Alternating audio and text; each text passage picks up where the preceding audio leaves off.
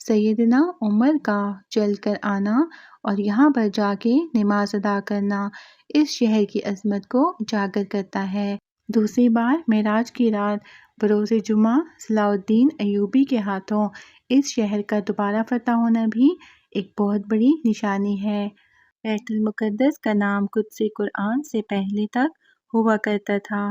قرآن نازل ہوا تو اس کا نام مسجد الاقصیٰ رکھ دیا گیا۔ اس شہر کے حصول اور اسے رومیوں کے جبر سے بچانے کے لیے 5000 سے زیادہ صحابہ کرام علیہ السلام اجمعین نے جام شہادت نوش کیا اور شہادت کا باب آج تک بند نہیں ہوا، سلسلہ اب تک چل رہا ہے۔ یہ شہر اس طرح شہیدوں کا شہر کہلاتا ہے۔ فلسطین کی عظمت کا اندازہ اس بات سے لگایا جا سکتا ہے کہ یہاں پر پڑھی جانے والی ہر نماز کا اجر 500 گنا بڑھا دیا جاتا ہے۔ مسجد اقصیٰ کی مکمل تعمیر حضرت سلیمان رضی اللہ تعالیٰ عنہ کے دور میں ہوئی۔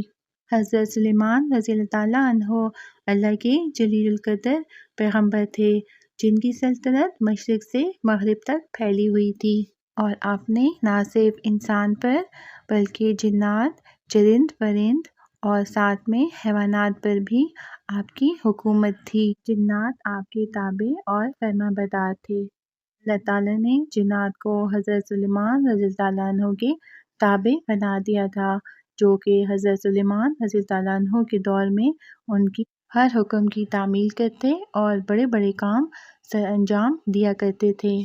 مسجد اقصیٰ کی تعمیر میں حضرت سلیمان رضی اللہ تعالیٰ عنہ نے جنات کو بھی اپنے ساتھ لگایا تھا۔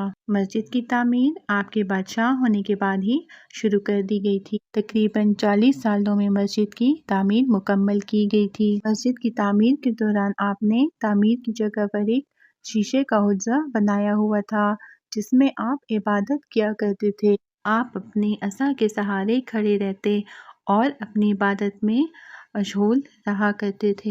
یہ عبادت بہت ہی طویل ہوتی تھی۔ آپ کئی گھنٹوں، کئی دنوں اور کئی مہینوں تک اسی جگہ پر کھڑے رہتے تھے اور جنات اپنے کاموں میں مشغول رہا کرتے تھے۔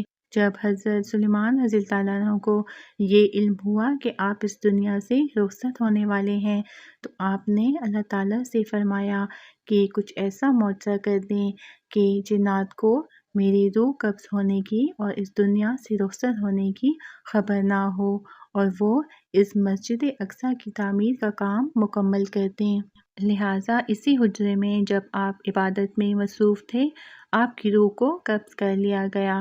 آپ چونکہ بہت ہی لمبی اور طویل عبادت کیا کرتے تھے اور اپنی عصا کے ذریعے آپ عبادت میں مشغول رہا کرتے تھے، تو جب آپ کی روح کو قبض کیا گیا تو آپ اسی جگہ پر اپنی عصا کے ذریعے کھڑے رہے اور جنات کو کئی مہینوں، کئی عرصے تک اس بات کا علم نہ ہوا کہ حضرت سلیمان رضی اللہ تعالیٰ عنہ اس دنیا سے رخصت ہو گئے ہیں، اور اسی طرح آپ کی وفات کے بعد ہی جنات نے مسجد اقصیٰ کی تعمیر کا کام مکمل کیا۔ تو دوستو، یہ تھی مسجد اقصیٰ کی تاریخ اور اس کی تعمیر کس طرح سے کی گئی۔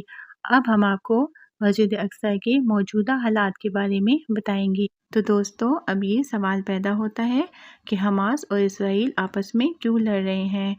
حماس اور اسرائیل کے درمیان مستقل تناؤ تو موجود رہتا ہی ہے، لیکن اس بار حماس کی جانب سے ہونے والے حملے بالکل اچانک ہوئے، جس میں حماس نے پہلے درجنوں راکٹ داغے، جس کے بعد اس کے جنگجو جو سرحد پار کر کے اسرائیلی آبادیوں پر حملہ آور ہو گئے تھے۔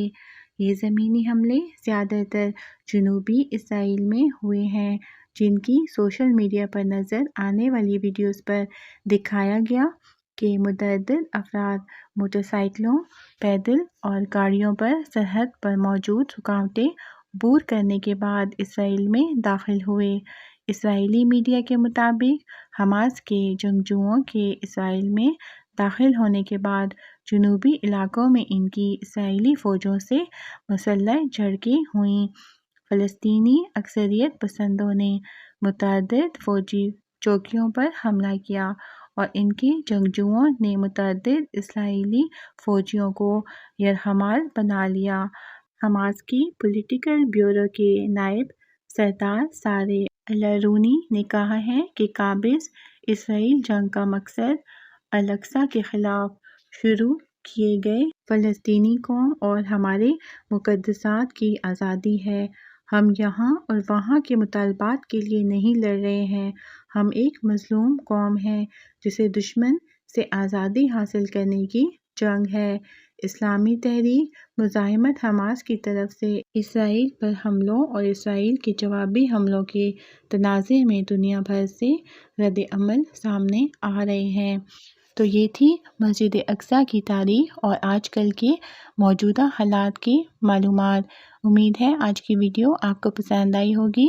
ہماری نیکسٹ ویڈیوز کے لیے ہمارے چینل کو سبسکرائب کریں۔